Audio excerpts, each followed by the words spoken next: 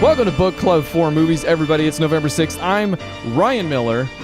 And if he were a perfect imitation, how would we know it's really him? It's Matt Amber. I am not me.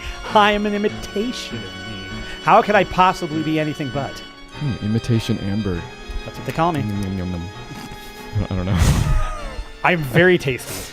This is true. If something seems off about Matt this week, send us a email. podcast@bookclubformovies.com. I thought you were going to say send us a signal or something. I don't know what. Like No. Matt. Because that's what we do. You watch a movie in that week, or maybe you've already seen it. Doesn't really matter. You got thoughts. You send them to us, and then upon watching the movie, talking about the movie, we say, hey, here are some thoughts on Book Club for Movies. No, I like that idea. It's very good. Okay. All right. We should do that. Let's go with it. Again, this week, it must be what I can only imagine is Matt Amberg's Christmas in July. It's Octoberween in November still, possibly. But if you tune in for Tuesday, I think we decided this movie might live outside of Octoberween. Might transcend the ween. Oh, I think I just vomited in my mouth a little bit. No, it's The Thing. Ah! If only I knew what it was about in a quick manner. Here we go. The Thing, coming at you in an hour and 49 minutes. Written by Bill Lancaster, directed by John Carpenter, starring Kurt Russell, Wilford Brimley, Keith David, T.K. Carter, and Richard Mazur. Here is your book club for movies. Synopsis for The Thing. Oh, thank you. When is a dog not a dog? When is your friend not your friend? When is a person not a person? When does this part of the synopsis end? At an Antarctic research station, an alien that can mimic any living creature begs these questions of each possible victim stuck there during a horrendous snowstorm. Who is human? Who is real? Who is the Thing? Got real meta there for a second. I try to. How long until all the podcast is, or the synopsis gets its own podcast, I guess is what I should be saying. The book club for, we could do a spin-off show, the bookclubformovies.com/synopsis We episodes. just do synopsises for movies. Synopsises for movies.com. Let's talk about this movie. We got a synopsis for it. We already did it. It's John Carpenter's The Thing. It's Kurt Russell looking amazing with that big, bountiful beard and that amazing, wonderful head of hair. R.J. McCready. Man, why didn't my wife want to watch this with me? I don't know. Foolish. This is only an hour show, so maybe we don't get into your entire history with this movie, and certainly not with Kurt Russell. No, let's not. I've seen it once before, and long enough ago, it turns out, or maybe not with a critical eye enough, that I had a lot to learn this time around. Oh. Maybe you could give us the synopsis of your history with The Thing. The Thing. On a cold November morning. Right. Yeah. So the thing was a triple pack for me. Dad, of course, John Carpenter. We'd already seen Halloween. I knew about that. So, this is coming. In fact, you could say he got this movie because of Halloween. I guess he had a couple things in the hopper, and he would have given this movie up for a passion project of his that I can't remember the name of now. But yes, he was on the list for this movie because of Halloween, I guess. Yeah. You could say. And because of Halloween, having seen that, my dad had shown me Escape from New York, and so I'd already liked Kurt Russell. I knew who Kurt Russell was when I was a kid, so this was an easy one for him to be like, oh, this is a great movie. We should sit down and watch it. So we did. Also was one of the when I was a kid, I used to. All right, this will be fast. I'm curious if this broke you, man. I feel like this is even beyond Texas and even all the Dead movies we did last week. Like, I feel like this still could have been the one where you as a kid were like, I don't know, Dad. No. This came at the right time where that stuff kind of, I knew what I was watching. I knew what it was. Okay. And I guess partially, you were older. Yeah, this is what, 82. Okay, yeah, we're in the 80s now. And this kind of partially came also from, by the time I had seen this movie, I had found Fangoria. I knew what Fangoria was.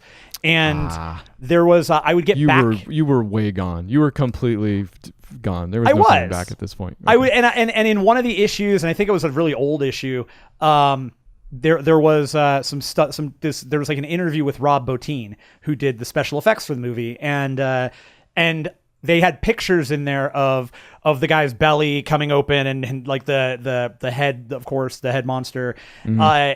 And I was like so blown. I was like, look at how weird that is. It's so gross. I love it. And then the absolute disappointment in life being that Rob Bottin went, I don't want to do this anymore. Really? Yeah, Rob Bottin just kind of walked away. I don't know if there was more reasoning to it, but as far as I understand, he just don't want to. Just done. Packed it in after this movie? Not after this movie, but he worked from like 1978 to like 2002, and he worked on a bunch of movies, but he didn't die or anything. What are we talking about then here? He was an incredible effects artist that went, I'm done. In 2002. Yeah, I don't want to make movies anymore, and he's like a lawyer now or something. Oh, okay. Or he does. Actually, he might be a realtor. Whatever he's doing, I can only imagine it's with a flourish. Weird. Weirdly, I guess I should say. Sure. Hey, but he could have quit after this movie and gone out on top, and I'd still be happy. Honestly, yes, I'm sure he's done amazing work since. What else does he have to his name? Actually. RoboCop, Total Recall, RoboCop 2. Shoot. The Witches of Eastwick, Legend, Twilight Zone. He did stuff on the Howling. Okay, I'm glad he didn't quit after this movie then. But he's been involved with a lot of stuff. Yeah. Okay. But I will say, and you can prove me wrong, you're much more of a Carpenter head than I am. Not that I don't like his stuff, I just don't have the breadth of knowledge that you do. Thank you. Is this the best looking Carpenter? To me, it's the best looking Carpenter. Yes, by far. Carpenter. Okay. I think with Carpenter, the question is not really which one is the best looking movie or which maybe even is the best movie. It's which one do you like the most? Well, this is also that one, but I would say this is at the top of his game. Like it appears that he definitely had the budget, but just top to bottom direction, cinematography, yeah, like it's the best Carpenter, my favorite Carpenter, to date. So. Not my favorite, but like again, it comes back to that and it feels like that answer like it changes all the time. It really doesn't. It's always Big Trouble in Little China. But okay, sure. Well, but I'd still choose this one, man. But in terms of like look and everything, and again, Big Trouble in Little China is another one of those. That movie is so perfectly encapsulating what John Carpenter can do with his own time and money, and it's this wonderful. Like I don't know. I love it. Okay, I love it. So that might be a more emblematic or all-encompassing Carpenter or something. I feel like it hits so many more of his things. It's a Western set in Chinatown. It's got the horror aspects to it, not terribly, but a little sci-fi. It kind of hits everything that The Thing does in a way less serious way. Right. And The Thing is based on a previous story that was actually, I guess, already turned into a movie in 1951, The Thing from Another World. The Thing from Another World. I've never seen. Should I check it out? Oh, yes, absolutely. Okay, all right. Absolutely. Very different. Like, they're similar, and they're different in all the same ways. It's great. I wish I would have checked it out for this week. I will. I'll come out ahead. Did I give you... I did let you know about this one, so I'll let you know again. I'm going to talk about the remake. I also watched that, which is not a remake. It's actually a prequel, I guess. Yeah. Yeah. Yeah. We gave away a lot. In that, we're gonna have a discussion about that. Okay. Have you seen it? Oh, multiple times. Oh, okay. And there's a huge reason we're gonna have a discussion about why that movie fails in every respect, and it's not the reasoning you think. I think. Spoiler alert. Yes. Yeah. No. Okay. Well, let's talk about John Carpenter's The Thing, though. Okay. So yes, and we can do the classic chronological way that we do this for our main movies of the week. Sure. And I think it's important with this one because this movie begins in one of my favorite ways. Speaking of it being so well directed, they're trying to shoot the dog as it runs across the snow like that. Right. The movie begins like that, so you know that the dog is the thing. But I missed all the shots of it. Like we go back to that dog numerous times as this mystery kind of begins to unfold. And it begins to unfold in the best, I will not use this word very often, but I feel like sometimes you have to and you can't get around it. I'm really excited for it. Hitchcockian. Oh. Just the music, the way stuff unfolds, and the way it's shot just reminded me of Hitchcock movies. Sure. In a way. I feel like this is a movie that Hitchcock probably would have greatly enjoyed.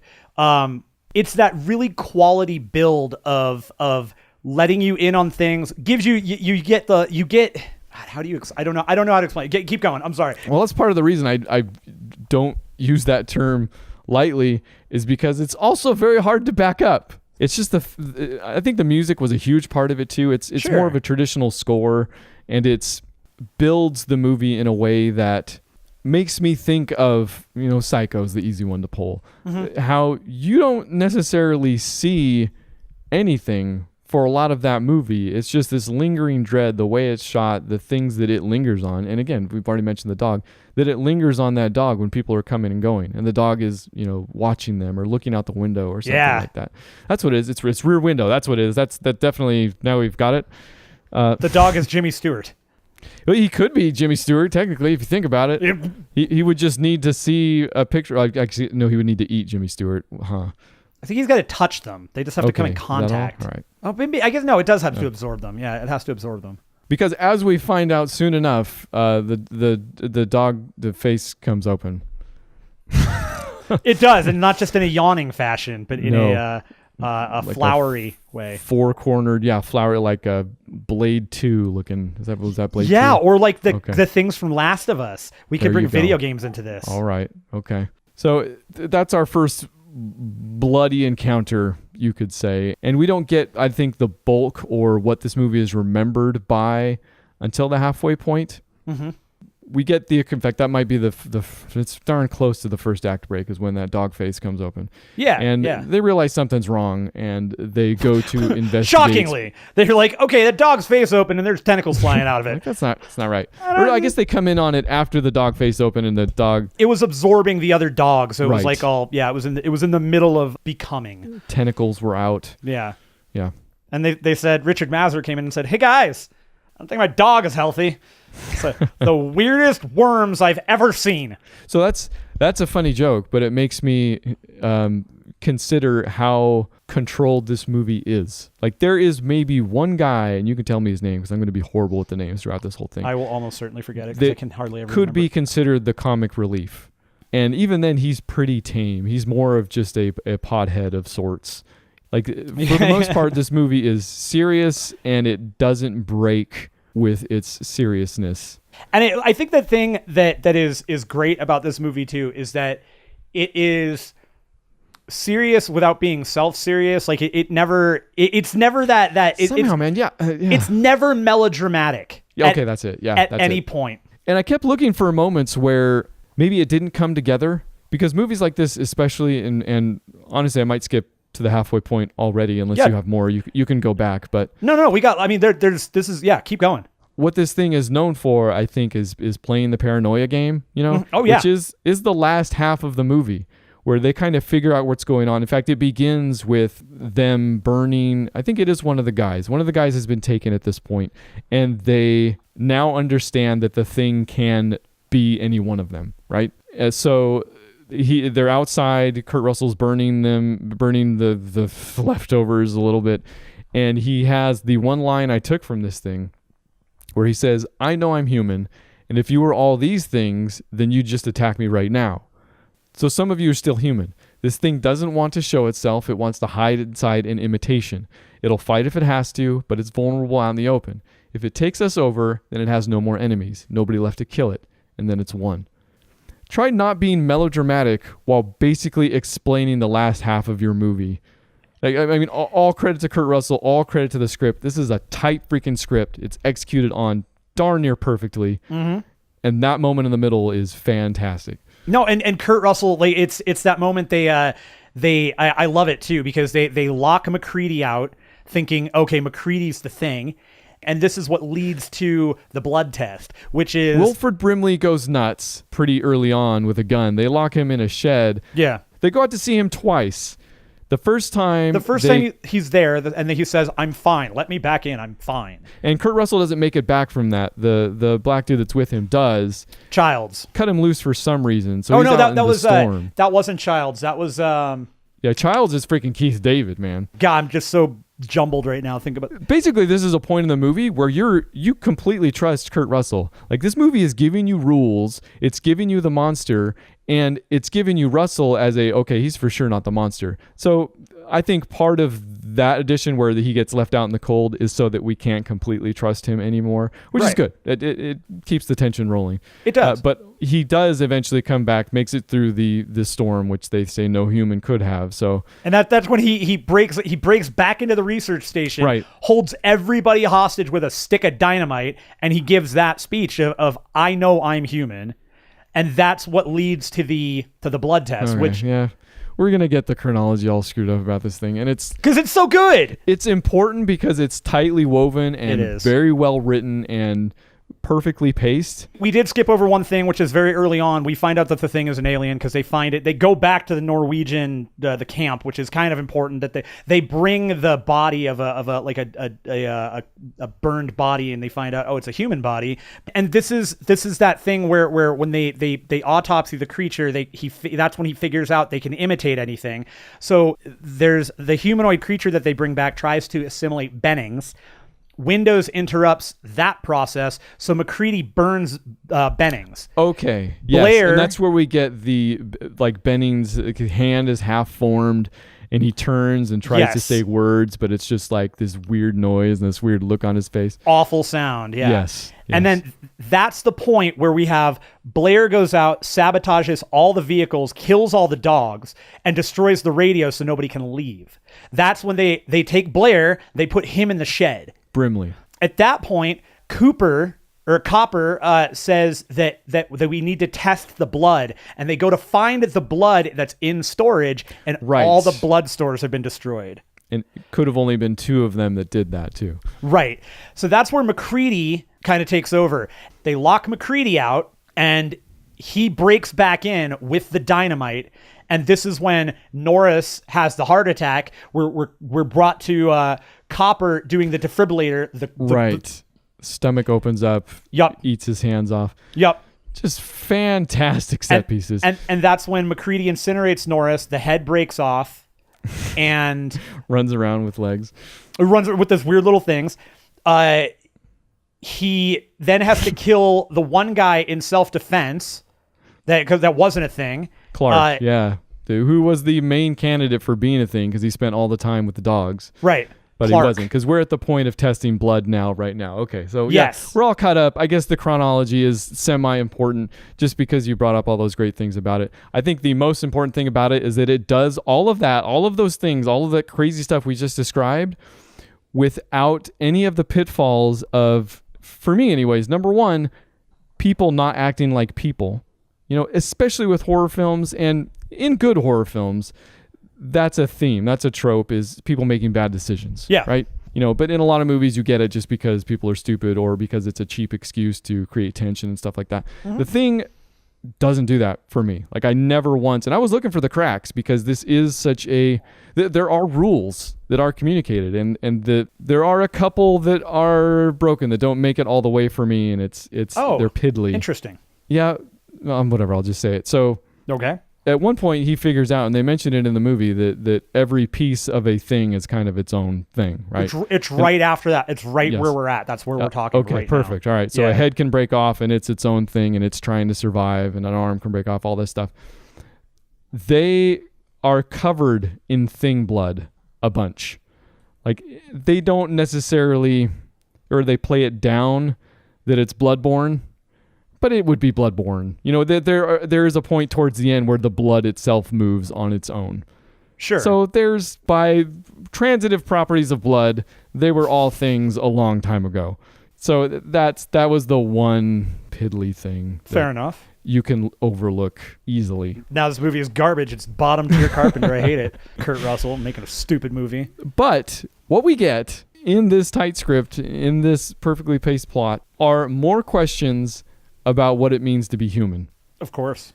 And maybe this is because we came off the Dead trilogy last week, wherein that's very overtly the question. Right. But we are getting kind of the same feel. I'm getting the same feel. But in a much more clinical way. Like, you look at zombies and you're like, that used to be a human. Like, that was definitely a decaying corpse. It's still alive somehow. You look at the monsters in this thing, and you're looking at clinical component parts, man. Like, you're not looking at something that was a human. And I know it's a weird way, because also it's a different genre of sorts. This is a monster movie kind of through and through. Yeah, it's a sci-fi monster movie for sure. It gives you a perfect monster in a way, because you're looking at those things and you're like, yeah, that's gross, but not in the way that it's a human breaking down. It is a human breaking down, but it becomes so detached, right? Like I don't know, you feel like a horror doctor or something. Like, oh, I'm obviously just looking at, what is a head, but it's, I'm not looking at a zombie. I don't know, man. I don't know. No. It's so singular. With zombies, you can see the zombies, you can see the humanity that was there. You see it because it's wearing the clothes. It's still shambling around. In some of the early movies and cases, especially with the Dead trilogy, you see an evolution of them. You see them like they try to open doors. They try to do things, and there's a humanity in them right away. The Thing is interesting in that it's assimilating something that it doesn't know that it isn't. And we're seeing the things that we know are people not be people and turn into something completely different, yet still have traces of that DNA. So there is a clinic. There's something very clinical about it. I love that word. Yeah, you're right. That's the heart of this horror. Maybe that's all I'm getting at, is that it's the perfect situation, really. And it carries over to this whole paranoia thing. Like, everything that everybody says becomes suspect. Yeah. Even the good stuff. Like, oh, I'm going to go do this. Oh, yeah, okay, that would be good normally. Well, unless he's the Thing, then he would want to do that for this. Everything has a double meaning from then on out. Yeah. And again, I'm looking for the cracks, and I just can't find any. It's so tight. Right. And I think that there is a lot of credit that goes to the performances here, but also the way that it was put together. Like, without Carpenter's eye on this, and without the way this was put together, you just don't get that kind of humanity from it. And you don't get that kind of dread and that kind of je ne sais quoi, One French word a week here on Book Club for Movies. That's our promise. Evian. It's good water. More of a Fiji man myself. Yeah. Voss over here. Man. Is that Swedish? Give me that high quality glass bottle that'll definitely break. You friggin' Richie. Jeez. I know. I've got all the money in the world. And I don't want to blow past the last half of the movie, but because there's still some amazing moments. Like when they figure out the test. I think the blood test is one of the best scenes in the movie, period. Yeah. Not only is everybody freaked out, because you got some people tied down, some people not, as they go through the test. The test being, if I put this heated needle onto a petri dish of blood, the blood will try and escape the death, because that's the instinct or whatever. And number one, we don't know if the test is even viable. Sure, they make a good case for it. It's coming from McCready, who we again kind of trust by this point. Right. But we don't know if it's going to work. And number two, as he's doing the test, you get the guys that are freaked out because somebody else might be the Thing, but you get these great reactions from people as their own blood is tested. Right. Like they're relieved to find out they're not one of the Things, And it's crazy. It's amazing. The look on Kurt Russell's face as he goes through and nothing is work. They all seem to be fine. But when it actually happens, his he has that scary. Does it? I mean, you knew it was coming a mile away. Like, right. I've only seen this once before. I still jumped. Do you still jump at that? No, because it's just immediate. Okay, you got it. All right, let's still look. I've absorbed this movie. Sure, I am the Thing. But no, it is one of those moments of, even for me now, I don't jump, but I always have that moment of like, when it happens, there's a guaranteed big smile is going to happen. And we can get through, especially if we're going to do some prequel stuff here. Everybody dies except for McCready and Knowles, right? Childs. Okay, at the very end, yeah. I thought it was just him and Knowles for setting the dynamite all around camp. Basically, they realized the one of the Things, however many there are at this point, shuts down the generator or destroys it to some extent. Because it knows that it's trying to be killed, so it figures the only way out is to get frozen again and discovered by the rescue party. It's Kurt Russell and I think Knowles Yeah, yes. Okay. Kurt Russell and Knowles go start cruising around. Figure that out. So they're like, well, we're dead anyways. And let me tell you, imagine what you can get done when you don't care if you live or die. Because these guys go room to room, just burning everything. They set dynamite on the rest of the camp. Oh, that was actually the other piddly thing, was that at one point they blow one of them up. And I get that the movie is communicating that, whoa, that got destroyed, completely destroyed. I think it probably just spread 1,000 things all over the camp when that happened. But like I said, you forgive it. Sure. So they lace the camp with dynamite, and but then Knowles disappears, and the super thing shows up, which has probably like 7 people in it at this point. It's blowing up the floorboards. The tentacles are huge now. It's this big ending finale, and he still gets the dynamite in there. It still explodes. And he's hanging out at the top, waiting for stuff to burn, when then Childs, Keith David, shows up, who has been gone for a bit. We don't know that he's a thing for sure because he's just been gone. We just haven't seen him. But he shows up, and they both have flamethrowers, and they're both trained on each other. And the movie ends with them, depending on what it is, reuniting as friends and being triumphant, or him face to face with the enemy one more time and basically having a smoke together. Well, bottle of scotch. Yeah, bottle of scotch. Sorry, yes, you're right. Wrong vice. A great ending either way. That's all you get. That's where it's done. And the ending is fantastic, and it's one of those endings too that has forever sparked debates and questions, and some people say, oh, there was an answer to it, and other people say there weren't, and it's I think it's an ending that's best left unknown. Oh yeah, for sure. I mean, if I were going to go down any route with that, it would be, and this is where we can go right into the prequel, we get very limited sentient interaction with the Thing in the Carpenter movie. Right. And Keith David at the end is very much, and there's a question, in fact, it's that one I've semi-shared to introduce you.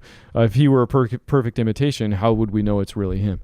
We get the feeling we've always interrupted the imitation, so we've never seen a full-fledged recreation type thing. So if I were going down any route, it would be, well, Keith David is acting way too much like Keith David to be the Thing right then, or Childs, whatever. Yeah. But you're right. It's fruitless because it's not the point, and it's no. And I do. I mean, I have my own theory on it. My own theory is neither of them are the Thing. I don't think either of them are. I think that they are both. I do think that they both are. Or they're both the Thing. What about that one? Because then they wouldn't bother. It wouldn't even be a thing. It wouldn't even be a thing. You're right. That's what they would. Unless they really didn't know that each other was a thing. Oh, wait. The Thing doesn't have like ESPN. They could have done such a better sequel than a prequel. And speaking of sentience, that's one of the ways I think this thing fails. Speaking of the prequel now, the Mary Elizabeth Winstead 2011. We get a whole lot of sentience from this thing. Yeah, real bad. It knows what it's doing. It can talk and pretend to be other people, which is fine in a different movie. And again, I think this movie suffers from watching them both back to back. At one point, I got into this really fruitless conversation with myself about which one it would be better to see first. Oh, yeah, don't. Like, what if I had seen the prequel first? Would I have all of the issues? Because first off, I was confused as to whether it was a prequel or not. I thought it was a remake, actually, at first. A lot of people did when it came out. Okay. Well, because one of the other failings of this thing is that when it does get into it, it resurrects so many old plot points from the original that by the end, I was already back on, oh, this is a remake again. They've just decided to begin it. Like the 1982 film very smartly begins with that spaceship crashing and the dog, them trying to shoot the dog, like whatever it is, 100,000 years later, or yeah, very smartly skips that whole point. The prequel does not. It's like, what if we got into the ship crashing and the discovery of the ship? And well, I mean, to a certain level, that does make sense because you go back to the 82 movie, and when they go to the Norwegian camp, they're finding like sure, it makes sense for the prequel. Yes, it doesn't make sense to do, but it makes sense if you're gonna do it. And then there's just so many people too. So at one point I'm like, oh, I could almost get into it because I'm like, they can't be doing the paranoia thing because there's too many people for it, really. Maybe they're just, this is a different movie. I'll get used to the different movie that this is. But it's not. They've copied a few other plot points, and then, yeah, it's the paranoia thing. Yep. You know, it's so confusing in that way. It doesn't know what it wants to be as far as remake or prequel. And what were your problems you were going to bring up about it? Oh, here the biggest issue with this movie is there were a number of interferences that happened on the making of the movie. The biggest one, Really? the biggest failure of this movie is that every single effect scene that you saw, there was an amazing practical effect done that they covered up completely. Really? Because I can tell there's some practicality to the effects here. Like, in fact, there's some good ones too. There are, and if you go to YouTube and look it up, you can find all of this behind the scenes video showing all of the practical effects and how all the digital stuff is garbage. It's bad. It's terrible. And that really, really sinks the movie in a lot of ways. And not because it looks digital, because I feel like we've had this It looks discussion bad. where like, you know, this isn't practical. It's digital, but I can still get into it, but it's digital. I wish it was practical. No, this isn't that. This is the digital stuff is poorly done, is bad. It's bad. And if you go and watch the video on YouTube, if you just look up Thing 2011 effects or something like that, you'll see all the stuff that was done, and it was great. It was good work. A lot of the stuff, there was so much passion involved in this movie that the final product reflects none of it, and that's the disappointment. Wow. Because the director and the writer, they got together and they were like, okay, if we're gonna make this movie, we have got to make sure everything looks as right as possible. They went back and watched the Thing hundreds upon hundreds of times so they could mark out where things were, so they could build the set. So if you go to watch the Thing from 82, you go back to the 2011 one, when they walk into a room, that room is a 1-to-1, just demolished. I did notice some of that actually. Which it's all there. Still doesn't make a whole lot of sense because it's a different freaking camp. Although, but it's not. That's supposed to be the camp that leads to that MacReady goes to. Well, they go there for a second though. That's not where the whole 1982 movie takes place. No. The 1982 movie takes place at the American camp. No, I know. I'm saying that when MacReady goes to the camp, that the Norwegian camp, they spent all the time on those few shots making sure it was a 1-to-1. So every body that you saw, that's how the person died in the movie. Sure, no. But the interior shots of the Norwegian camp look like the interior shots of the American camp. Oh, sure. Yeah. Well, and that's stupid. Well, like that's because they didn't go far enough. Like they didn't show enough in the 1982 version. So we're just going to go ahead and take what was there. And, you know, the story gets even funnier though. Actually, I read that to save money, because there were budgetary concerns with the original Thing all the way throughout, especially with special effects. They went back and forth a number of times before finally spending $1.5 million on it, I believe. But to save money, they shot the burned out Norwegian camp. That is the burned out American camp. They just reshot it from a different angle with some different stuff to save money. Perfect. So if they're going for that, sure, good call. Nice Easter egg. But it just ends up being confusing in the end, because you're like, oh, you're trying to be reminiscent of the first film, but this isn't the same spot. You know? Right. Well, and I mean that, you know, that's, obviously, I don't care about that. That's stupid. But but there was a lot of attention to detail that went in where people died, how they died, what the corpses look like, where they landed. And it looks good. It outside of the effects. The direction is weak. The direction, I don't think, does it any favors, but it looks good. No, and I think the movie suffers in the other way it suffers. I think significantly beyond the CGI. I think it just suffered in the editing room too. That movie it's finally put together. It's not edited in a way that makes it seem like an interesting or like movie I ever want to go back to. Like it's It's not finally like put together, and that you don't get lost. You know where people are at. It's very TV, man. Like yes. There's this aspect of direction nowadays, and I think it came with the accessibility of the art form, which I have wholeheartedly taken a part of. You know, I run my own business on the accessibility of the art form. I've got my own camera that looks like something that people shoot movies with nowadays. You have an iPhone? That is amazing. Yeah, no, exactly. It's led to something. Actually, that is part of this, yes. But it's led to something I call kind of the CSI nature of everything. Like CSI is a gorgeous looking TV show a lot of the time. You know, there's some silky smooth camera movements everywhere. In fact, call it Jerry Bruckheimerization if you want, because that carries across. You know, this is filmed like that. Like it's all very nice, shot, reverse shot. You never get lost. You see the people. There's some really, you know, like I said, silky smooth camera movements, but it's without purpose. It's like, because everybody can do that now. They got somebody that knows how to do that. It doesn't add anything to it. It doesn't have French word you said before. Oh, menage a trois. Yes, the menage a trois about it, but Yes. Well, and it doesn't. The movie just doesn't have the. There's no tension to it. There's nothing like. there's not. No. There's no feeling of there's the dread that you feel in in the original, that the Hitchcockian feel you even could get. And none of the, in fact, this is great for all the stumbling I did over my clinical description. The monster in this, the thing in this, is given a level of malevolence almost immediately. Right. Like there's no clinical nature to it. Like there were moments in the first film where you're like, is this thing even evil? Really? You know, there's none of that. This thing is right off the bat, like trying to kill them and trying to fool them and all the above. So yeah. that takes away from the clinical nature of it, I think, a lot. But you're right. Like it's just boring in all of its aspects, you know? It is an anemic film. Yeah, in that it's... If you tried to do the blood test on it, it would be fine. Yes, the blood test fails the blood test. This movie is kind of a strange imitation. Is it really what you think it is? Bad? I think it might be It bad. is, yeah, it is. It's not yeah. very good. But check out that video on the... I will, yeah. I'm interested in that now. It's funny because I still enjoy the experience of watching these remakes because Sure. I enjoy that discussion and I enjoy, you know, I don't say go out and watch it unless you're into that type of thing, but hey, That's fair. either way, you're looking at like 50 stars for the original Yeah, out of 50. and 5.5 Out of 50. out of also 50, yes, for the prequel. And that's the thing this week. Tune in next week for another movie. What is our book club for movies selection going to be for next week, Ryan?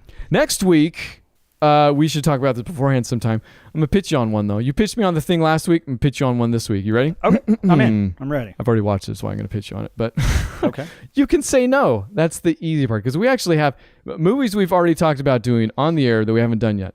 Isle of Dogs, Get Out, the movie I'm going to pitch you this week, Gone Baby Gone. Oh, let's do it. Yep. Okay. I'm into it. It's got me to dip back into Affleck's directorial catalog. I like the guy a lot. I do. I do. It's gonna be fun. All right. Be a good discussion. That's next week. We've done almost, depending on what happens in the editing bay, because this show can be edited correctly.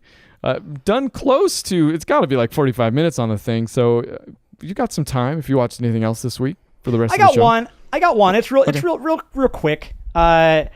1973, good year for movies. Lots of stuff came out. Sure. The wife, Beth, wanted to watch a classic. So we checked out The Wicker Man, an hour 28 minutes, written by Anthony okay. Schaefer, directed by Robin Hurdy. The Nick Cage classic. Yes, starring Edward Woodward, Christopher Lee, Britt Eklund, and Diana Cilentro. Not the Nick Cage classic, unfortunately. Okay. The original that inspired the Nick Cage classic. Not Did you find the out how it bees. got burned in this thing? The At least? bees don't even exist in this movie. What? Yeah. Jeez. Yeah. Is it twice the Wicker, I guess, at least? Or what? You know who Edward Woodward is, though, don't you? Is it the Ed Wood? It's not the Ed Wood. Oh, It's well, the thanks. Edward Woodward, though. Okay. He was the equalizer. Oh, was he really? Yeah, he's the equalizer. Hey, also on the docket, very, very possibly for this week, the Equalizer 2. Electric Boogaloo. Never not funny. Big fan. The Wicker Man's a good movie, man. It is very much of its time, and it does some really fun, weird things with music. Christopher Lee is terrific in it. The entire Always. concept of this movie is actually really, really interesting, and it's kind of a it's almost a really twisted version of the lottery in so many ways. Okay. It's got that similarity in that it is a very weird town filled with weird people that have a weird thing every year, and it's fun because it plays against the religion thing. It's very much a druid island versus the man of Christ. Edward Woodward's character is very much so. He can't believe any of this. He asks it 1,000 times in the movie. What are you doing about Jesus Christ? Do they go there? I have only seen the Nick Cage movie, and I can't even remember, for good reason, a lot of it. Do they go there of their own accord? The island is just an island. Like it's just people that have lived there. They live on a place called Summer Isle, and Summer Isle was, the way it's described is Christopher Lee is Lord Summer Isle, and he his family has owned the island, and they bought the island because it had this very unique property to it. And his grandfather thought, oh, I can grow incredible fruits here. And they're like a cult, right? Yeah, I mean they are a cult without being. It's weird because it's that's one of the central kind of questions are they a cult?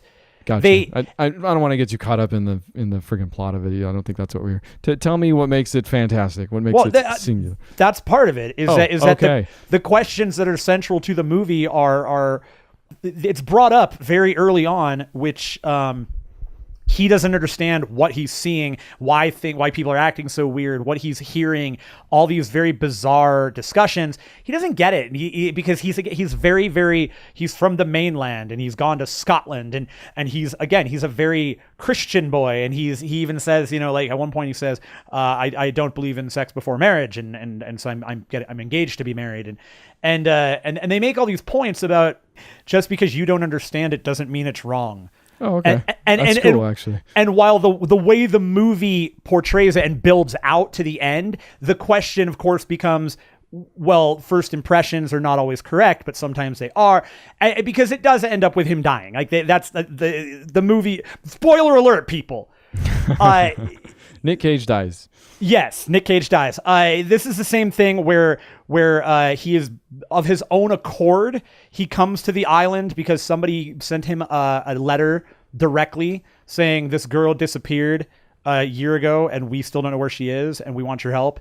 He comes there to find the girl, and that's when he starts learning about the fact that they're all druids. They believe in like the Mayday pole and the symbolism behind the phallic symbols and regrowth from the earth, that you don't die, you become an animal, you become part of the ground again, all that. The druid lifestyle, as you do. Yeah, Druid life. Yeah. And so he comes to look for them, and then he's just given this runaround, and all this weird stuff happens. And then eventually he finds out that it was all a ploy, and they found him through research upon research and got him there so they could sacrifice him because he is pure. He is pure as the driven snow, as one might say. In fact, I think they do say something similar to that. So they could sacrifice him to the god of sun and to there's another into the Lord of the Orchard or something, so that they can so that they can their orchards will come back, and that they can continue selling fruit and having fruit and being fruit loving people. I'm going to check it out. Actually, I'm curious now because you don't get any of this from the remake, which I watched to be fair, Riff Tracks version of it, so it was pretty good. But I like the idea, the balancing act between this guy who has no concept, he can't see anything but through the lens of his own culture, being co-opted by a different culture that may also, be bad in some parts, regardless of whether or not you look at that. Yeah, it's an interesting balance that commentary, at least maybe even that I had no idea was in there. So yeah, it is a surprisingly good movie. I shouldn't say surprising. It is a good movie. It is not surprisingly. It's not a horror movie. I don't like. It's a surprisingly good horror movie. It's good for a horror movie. Is that what you're trying to say? Yeah. We watched it on Shudder, which I just think is real weird. But yeah, it's a solid movie. So I got a solid movie too. Oh, I'm sorry. I thought you were done. No, I'll go real quick. I should be done. But hey, you've seen Ant-Man. I've seen Ant-Man. I watched it again recently. It's one of your favorite Marvel movies. It is. Top 3. I appreciate it a great deal. I was watching it in preparation for Ant-Man and Wasp. I do still appreciate the rare nature of his backstory here. I like that we come in at Ant-Man version 2. Yeah. I get that we're coming in at the Scott Lang period, Yeah. I think it's cool that he was a criminal, that he has to reform. Like, this backstory is literally one of a kind in the Marvel Cinematic Universe. I hope they don't overuse it as kind of a breath of fresh air, which I feel like at this point it's in danger of that happening, both with his appearances in Civil War and was he in Infinity War? He wasn't, right? Not yet. Okay. He will be. But I do. That first movie is a ton of fun. For me, Evangeline Lilly is kind of a low point. Like, I like her generally speaking, but both just the design of her character and I think how she pulls it off here is kind of doesn't land. Not as strong as I would like, but I still like her a great deal. Yeah. I think she's fine in the movie, and I'm really, really hoping that because she will be center stage in the sequel, I'm really hoping that. I won't spoil the sequel for you, but I will say a few words. Okay. You can spoil a sequel. There's no spoiling it. Yeah. Okay. Well, I know how it's a comic book movie. Last thing I'll say about the first one is that I think the ending is fumbled a little bit. I mean, it's kind of not what you're there for, but it's still a bummer when it happens because you enjoy the ride, but then at the end he goes subatomic and gets back in kind of an easy, like, non-scientific way, which I guess is fitting, but it just seems kind of perfunctory. Like, it didn't, all the parts don't quite come together in that moment at the end, but you still get the characters that you like to watch. The sequel, I was looking for something better, like something kind of improved in every way, as a lot of times you do, and as you should expect with, I guess, a lot of Marvel sequels, but a lot of not. In fact, you know what? Now that I think about it, now that I just said that out loud, what do you think about Iron Man 2? I like Iron Man 2, good deal. A good deal? Yeah. Do you like it better than 1 or 3? I like it better than 3. Okay, so this didn't work for me. No, you know what? I'm thinking back. Okay, I have issues with 2 now that I think about it because that's the one with Whiplash. Mickey Rourke. When was the last time you watched 3? Also, I will tell you the reason that you know what, that is the bottom of the barrel in the Iron Mans for me. Okay, because and rewatch 3. 3 with me got better. Better, even with age. I like 3. 3 was good. 3 was very good. Yes. My issue with 2 was actually, and I'll be brief. No, go for it. Yeah, we got my time. issue with 2 was they absolutely underutilized Justin Hammer in every respect, and he should have been at forefront of the movie, not Whiplash. Yeah, I mean, how do you overuse Sam Rockwell? Correct. But yeah, no, you're not wrong. So Ant-Man and Wasp is kind of the Iron Man 2 of our situation here. It's so is Shane Black going to direct Ant-Man and Wasp and Venom? Oh shoot! Whoever's... Yeah, I should be very excited for the third one actually. But no, it still has all the characters, has a small town charm about it, comparatively speaking with other Marvel movies. You're going to laugh plenty of times. You're going to enjoy it. And the story actually continues. It's completely about rescuing her mom from the quantum realm. Yeah, Janet. So I appreciated that. It's Michelle Pfeiffer too, so you're going to get a good performance. She does. It doesn't really fix a lot of the problems and kind of missteps with some of the strong points of the first and trying to recreate some of them, both with the humor and, there's some jokes that don't land. Everything you're saying makes me think that I'm probably going to love this movie about 10 times more than you. You might. I mean, you liked the first one a lot more than I did. Yes. It's enjoyable. I'm not going to say it's not.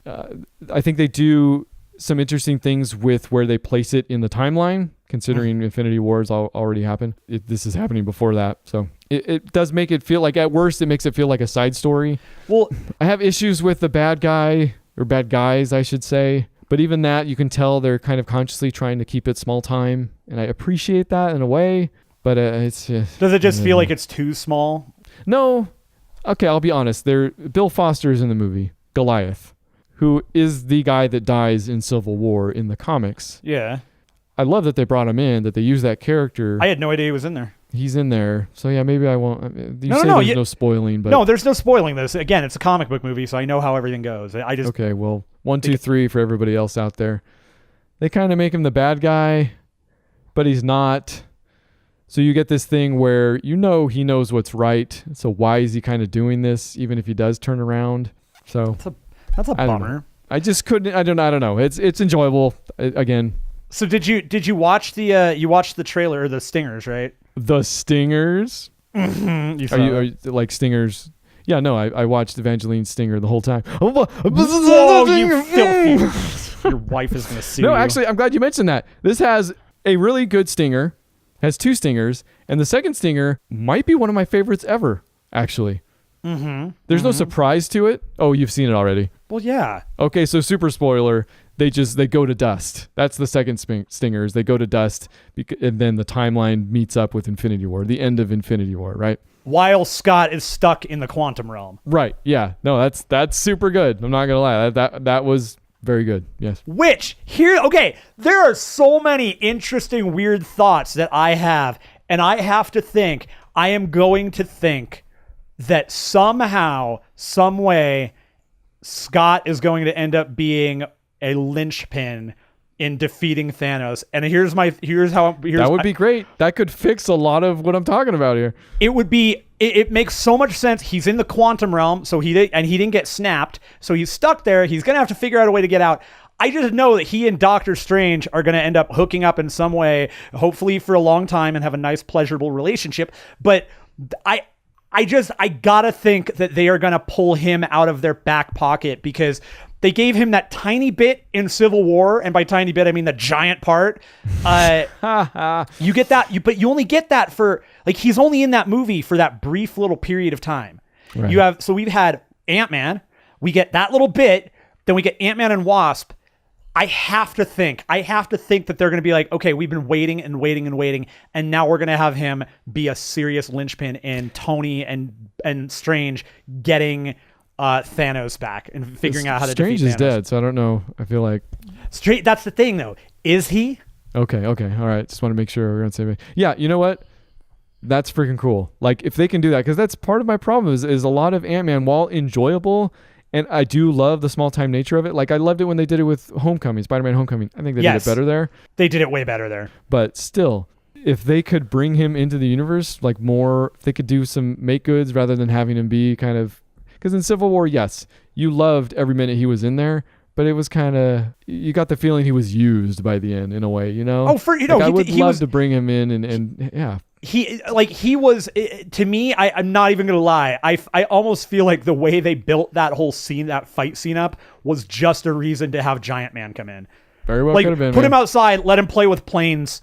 Like, yeah. All right. But I have no doubt you will enjoy Ant-Man and Wasp. So don't listen to anything I say. And that goes for everybody here at Book Club for Movies, because we want to listen to what you have to say. So if you got anything to think about any of these things we just mentioned this week, you don't have to have opinions on the main movie of the week. We'll bring you in either way. So let us know, podcast at bookclubformovies.com. Next week, it is going to be Gone Baby Gone. Check it out and let us know what you think. Okay. Have you seen the movie before? I probably already asked this in the show, but it's been, no, and I said it earlier. I have not seen it, so I'm looking forward to checking it out, because it's been on my list of things to watch. Doubletons. All right. Yeah. Excited. Now, I got one other question for you, and you don't have to. You could take this off. You okay, hold on. Anywhere else. Michael Pena.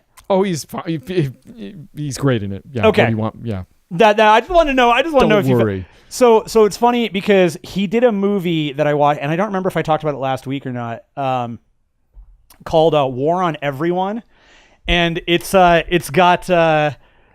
hour and 38 minutes. Written and directed by John Michael McDonough, starring Alexander Skarsgård, Michael Pena, Theo James, and Tessa Thompson. Everybody loves Tessa Thompson, especially now. Tessa Thompson, Valkyrie from Ragnarok. Yeah. So the movie is he and Alexander Skarsgård are these two awful cops, like they're bad people in general, like they're corrupt. And he's a Skarsgård. You could have skipped that part.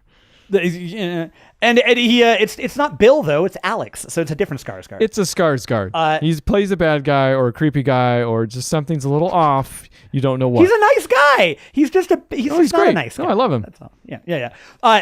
It's a great movie. I highly recommend it. It's got Michael Pena is like on fire the whole movie. It is. And it's a movie that is it came out in, when did it come out? 2011? 2016 for crying out loud. The Thing prequel. Okay. 2016. And it has a look to it and a feel to it like John Michael McDonough, the writer and director. He clearly likes 70s crime movies and 60s crime dramas. And it's very much in that respect. Like, it looks like a 60s, 70s TV crime drama, but for film and in the right way. It's funny as all hell. And highly recommended. Yeah, why not? So you've got plenty of choices of movies to watch this week for Book Club for Movies. Otherwise, put Gone Baby Gone in your VHS player. Gone Baby Gone is streaming on Netflix. Oh, okay. All right. Hey, look at that. Thank you, Mr. Internet. Hello, computers. I am me. So until next week, thanks for hanging out. Every second that you do, we appreciate you. Yeah. Personally. It's a great time. Here on Book Club.